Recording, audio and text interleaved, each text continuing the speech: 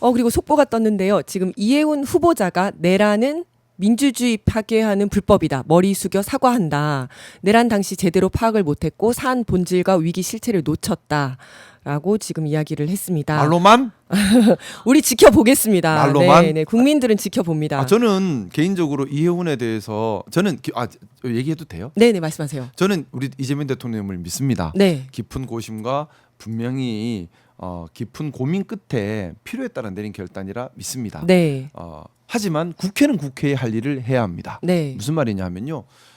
국회는 명확하게 이 이해훈에 대해서 인사검증을 철저하게 해서 청문회에서 국민들께서 받아들일 수 없는 국무위원이다. 그래서 국민 수용성을 확보하지 못했다 하면 국민이 못 받아들이니까 못 갈 수도 있는 거예요. 맞습니다. 그 국회에서는 인사검증을 철저하게 해야 되는데 두 가지 측면에서 접근해야 합니다. 하나는 헌정수호 의지가 있는가, 또 하나는 능력이 있는가. 그렇죠. 근데 헌정수호 의지에서 중요한 것은 국무위원입니다. 우리 이번에 비상겸 때 봤겠지만 12.3 내란 때 봤잖아요. 네네. 국무위원이 내란을 막을 수 있는 위치에 있는 그렇죠. 헌정수호 의무가 있는 매우 네. 중요한 자리예요. 네. 그럼 국무위원의 최소 근본 자질은 강력한 헌정수호 의지입니다. 이건 능력보다 더 중요한 거예요. 네. 그런데 이해훈이라는 자, 국민의힘의 원외 당협위원장이었는데 네. 12.3 내란 이후에 TKPK 쪽에 토호들은 자기들이 기득권 지키려고 윤석열을 했지만 국민의힘의 원외 당협위원장 상당수는 서울 경기를 기반으로 하고 있다 보니까 큰일 났다 싶어서 네. 윤석열 내려가라 잘못됐다라고 오른소리를 냈거든요. 네네. 근데 이분은 서울 경기 쪽에 원외 당협위원장임에도 인데도 불구하고 세이브 코리아 가서 아. 윤 어게인을 외치고 우리가 윤석열이라고 하고 다녔고 네네. 백분 토론 가서 열심히 윤석열 했던 사람이고 네. 어떻게 보면 강하게 윤석열을 옹호했던 사람이에요. 네. 단순히 말 한마디로 사과한다고 넘어갈 수 있는 문제가 아닙니다. 그러면 헌정수호 의지가 있는지를 청문회에서 명확하게 밝혀서 국민들이 받아들일 수 있을 만큼의 진정성으로 입증되지 않는다면 헌정수호 의지가 없는 거니까 네. 국회에서는 못 받아들일 수도 있다라는 네. 생각을 우선 하고요. 두 번째 능력 부분입니다. 기획예산처라고 하는 것은 장관들 중에도 힘이 제일 세요. 그렇죠. 장관 중에 장관이라고 하죠. 국회의원 힘이 셀까요? 기획예산처 장관 힘이 셀까요? 장관. 기획예산 장관 힘이 그럼요. 어디세요? 왜냐하면 네. 저기 예산안 우리 아무것도 못해요. 맞아요. 저 예. 갑이에요. 네. 국회의원들도 함부로 할 수 있는 갑이에요. 네. 갑 오브더 갑. 네. 또 근데 더 중요한 건 국가의 미래를 기획하는 자리예요. 음. 기획이잖아요. 네, 네. 예산이잖아요. 네. 국가의 미래를 기획. 그럼 뭐가 떠오르죠? 국가 운영의 방향성. 우리 이재명 대통령님과 국가 운영의 방향성을 공유할 수 있는 것이 중요한 능력 중에 하나인 겁니다. 만약에 기획예산처 장관이 국가 운영의 방향성을 대통령님과 공유하지 못한다면 어깃장만 놓고 방해만 하는 발목 잡는 세력이 돼버릴 수도 있어요. 그렇죠. 그리고 정말 능력이 있는지도 검증해 봐야 돼요. 왜냐하면 기획예산 미래 대한민국 기획과 예산 배정의 최고 전문가 수장이거든요. 그러면 재정뿐만 아니라 경제 거시 미시를 다 보고 또 변화하는 세계의 흐름도 다 읽을 수 있어야 돼요. 자, 그런 능력이 있는지 국회에서 정말 면밀하게 검증을 해서 1번이든 2번이든 하나만 없다 하더라도 국민 수용성을 우리가 또 여론조사 하겠죠. 네. 그래서 국민들께서 80%가 이건 아닌 것 같아 하면 못 가는 거죠. 못하는 거죠. 저는 네. 그렇게 생각합니다. 근데 대통령님의 깊은 해안은 제가 믿습니다. 네. 믿지만 하지만 국회는 국회 일을 해야 한다. 네. 왜냐하면 대통령님이 추천했다고 해서 민주당이 그냥 오케이 해서는 안 된다. 네, 네. 민주당이 더 눈 부릅뜨고 검증해야 한다고 맞습니다. 그리고 그 검증을 통과하는 것은 오롯이 그 이해훈 후보자의 본인의 몫이다. 몫이에요. 네. 이건 본인의 몫이에요. 대통령님께서는 기회를 주신 거고 그렇죠. 예. 기회를 주셨을 뿐이고 그 기회를 본인이 국민들께 정말 진정성 있게 설득해서 통과하는 건 본인의 몫이죠. 입증해야죠. 그래서 본인이. 헌정수호 의지를 못 밝혔거나 네. 또는 본인이 국정 방향성이나 능력을 입증하지 못해서 아웃되는 건 이해훈 본인 탓이에요. 맞습니다.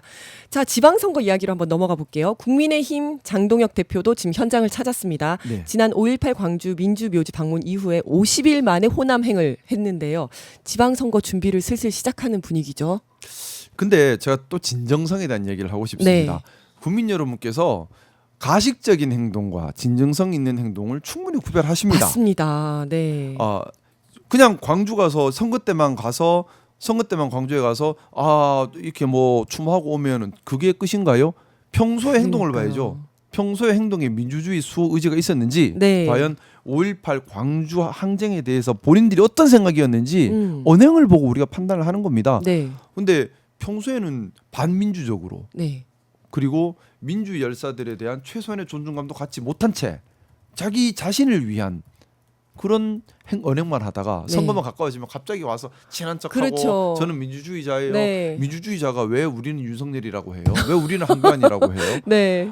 그래 진정성 없는 거죠. 너무 가식적인 거죠. 음. 이렇게 탈쓰고 가식적인 행동, 진정성 없이 국민들을 속이려는 행동, 우리 국민들께서 정확하게 보시고 판단하셔야 된다 생각합니다. 저는 무슨 영공부대에 올라 있는 그런 뭐 아니 정치를 왜 그렇게 하죠?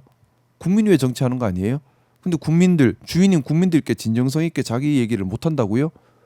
차라리 솔직하게 지금까지 해왔던 대로 하시는 게 맞는 거 아니에요? 지금 뭐 하는 거죠? 저는 우리 국민들을 기만하는 행위라고 생각합니다. 네, 기만하는 행위다. 그렇죠. 국민들은 이걸 다 구분하실 수 있다. 네, 라는 말씀 드리고요. 추경호 의원도 내년에 대구시장 출마를 공식화했습니다. 35년간 경제 관료와 3선 국회의원의 경험을 살려서 대구의 경제를 살리겠다. 이런 이야기를 했습니다. 대구 경제는 그런다고 사는 게 아니에요. 네, 네. 제가 대구에서 초중고를 나왔잖아요. 아, 네, 네. 대구가 사실은 정말 경제가 발전할 수 있는 모든 조건을 다 갖춘 도시예요. 네. 첫 번째는 교통이 좋습니다. 네. 두 번째는 땅이 많아요. 세 번째는 인재가 많아요. 왜 인재가 많냐 하면 이공계 대학들이 바글바글바글해요. 아, 그렇구나. 이공계 대학이 많은 게 되게 중요한 네, 바탕이거든요. 네. 또한 또 좋은 요건이 뭐가 있냐면 큰 강도 흐르고 옆에 네. 기계공업, 섬유공업, 자동차 부품공업이 그렇죠. 많이 발달했던 네, 네. 지역이에요. 근데 지금 전국에서 제일 못 살아요. 어. 왜 이렇게 되었을까요? 이건 제일 큰 이유가 고립된 도시가 되어서 그런 거예요. 그리고 또 두 번째는 기득권에 갇힌 도시가 되어서 그런 거예요. 네. 그래서 대구의 정책과 대구의 행정은 대구 시민들을 위해 이루어지지 않아요. 네. 대구 시민들을 위해 이루어지는 것이 아니라 소수의 대구 지역 유지, 소수의 대구 지역 권력자, 언론 여기가 만들어진 이 기득권들에게 모든 이권이 집중되다 보니까 일반 시민들은 매우 못 살고 경제는 침체되고 네. 쉽게 말해 그런 겁니다. 실력 있고 능력 있는 기업이 스타트업 기업이 대구에서 사업을 할 수 있겠어요? 수가 그 기업이 없죠. 하겠어요? 아니면 시장하고 친한 기업이 친하고 하겠어요? 거기 돈 능력 갖다 없고 주고 네. 아무것도 못해도 네, 네. 아무것도 못해도 대구에서 나와서 그냥 시장하고 친하면 사업권 네. 따서 하는 거예요. 자 그러면 실력 있는 기업은 A 안 하고 못 들어가는 떠나죠. 거지. 네. 그럼 경쟁력 떨어지죠. 네, 네. 그러다 보니까 대구에 이공계 대학이 많고 이공계 인재가 배출되면 못해요. 다 대구를 떠나요.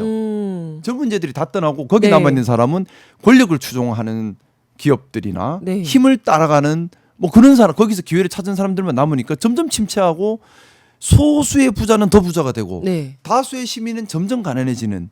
그래서 이걸 탈피하려면 첫 번째는 고립된 문화적으로 경제적으로 사회적으로 대구 따로 놀고 있잖아요. 네, 네, 고립됐거든요. 그렇죠. 네. 고립된 도시는 무조건 망해요. 고립된 나라가 망하잖아요. 네. 북한 고립되니까 망하잖아요. 맞습니다. 똑같은 거예요. 도시도 고립되면 망하는 거예요. 네. 같이 놀아야지 왜 혼자 놀아요. 네. 두 번째 기득권 타파 못하면 다수 시민들은 가난할 수밖에 없고 도시의 경쟁력도 떨어질 수밖에 없고 좋은 기업이 올 수가 없어요. 네.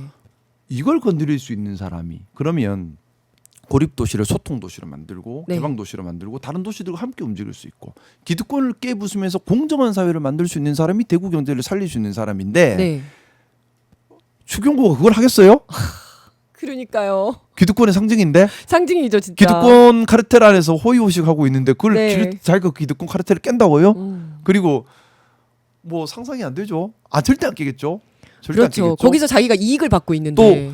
그 고립된 도시를 유지해야지만 자기가 계속해서 그 자리에 있을 수 그렇죠. 있잖아요. 맞습니다. 또 고립을 탈피 안 하고 계속 지역 감정 유발하면서 네. 오로지 대구만 똑 떨어져 있는 외딴 섬처럼 만들려고 할 거예요. 근데 대구 어떻게 잘 살아요? 맞습니다. 대구 시민분들께 말씀드리고 싶습니다. 대구를 네. 정말 잘 살게 할 수 있는 사람은 기득권을 깰 수 있는 사람, 고립 도시를 소통 도시로 바꿀 수 있는 사람입니다. 그런 인재를 찾아보셔요.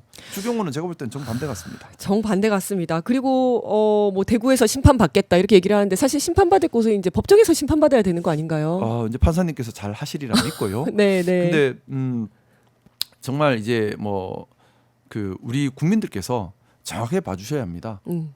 정치인들이 자기 정치적 이익 때문에 혐오와 갈등을 야기하고 맞습니다. 국민을 고립시키고 국민을 선동하고 이런 정치인들은 민주주의의 적입니다. 맞습니다. 민주주의의 적입니다.